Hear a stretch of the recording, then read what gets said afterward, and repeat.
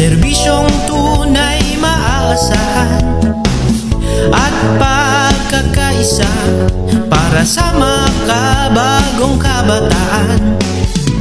Handang tumulong, lingap at malasakit ay sa inyo. Ito na para sa ating barangay.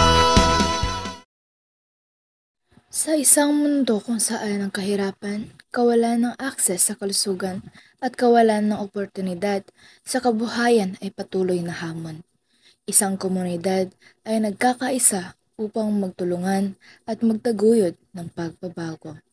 Kalusugan. Ang kalusugan ay mahalaga upang masiguro ang maayos at produktibong pamumuhay. Lahat ng tao ay nararapat magkaroon ng akses sa serbisyong medikal at tamang pangangalaga.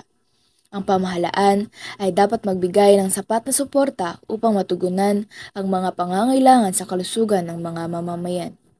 Ang edukasyon tungkol sa tamang pangangalaga sa kalusugan ay mahalaga upang maiwasan ang mga sakit. Diskriminasyon. Ang diskriminasyon ay isang balakid sa pagkakapantay-pantay ng tao.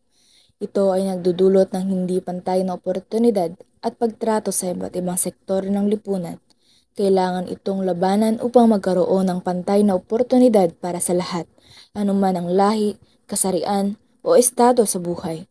Ang edukasyon at kamalayan tungkol sa mga karapatan ng tao ay mahalaga upang mabawasan ang diskriminasyon. Ang isang lipunang walang diskriminasyon ay magdudulot ng mas mapayapa at maunlad na pamayanan. Kahirapan.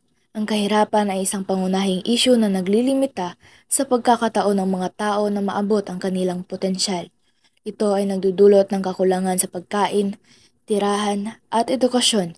Dapat itong tugunan sa pamamagitan ng edukasyon, trabaho at serbisyong panlipunan. Ang mga programa ng mga gobyerno at mga NGO ay mahalaga upang makatulong sa pag-angat ng mga nasa kahirapan. Ang pag-alis sa kahirapan ay magdudulot ng mas maunlad at masiglang lipunan. Kawalan ng karapatan mag-aral. Ang kawalan ng karapatan sa edukasyon ay nag-aalis ng oportunidad sa mga kabataan na magkaroon ng mas magandang kinabukasan. Ang edukasyon ay susi sa pag-angat ng antas ng pamumuhay ng mga tao. Dapat matiyak ng pamahalaan na lahat ng bata ay may akses sa dekalidad ng edukasyon. Ang mga hadlang sa edukasyon tulad ng kahirapan at diskriminasyon ay dapat alisin. Ang pagkakaroon ng karapatang mag-aral ay magdudulot ng mas maliwanag na kinabukasan para sa lahat.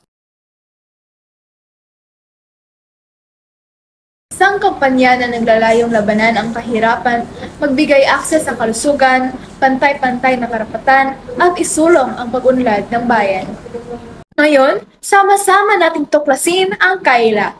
K. Kaakibat sa pagsulong ng pantay-pantay na karapatan. Y. Yamang pangkalusugan. L. Laban sa kahirapan ng bayan. At A. Abot kamay na kaunlaran. Sa buong komunidad, ang mga individual ay nagkakaisa upang labanan ang kahirapan at itaguyod ang pantay-pantay na pagkakataon para sa lahat. Sa ating pagkakaisa, mayroon tayong kakayahan na baguhin ang ating kapalaran.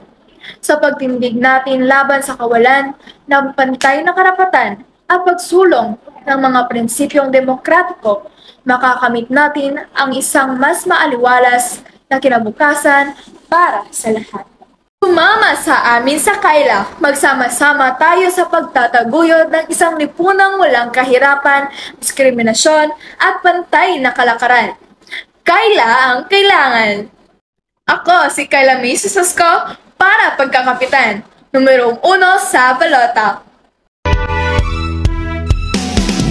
Ating kailangan serbisyong tunay maaasahan at pagkakaisa para sa makabagong kabataan.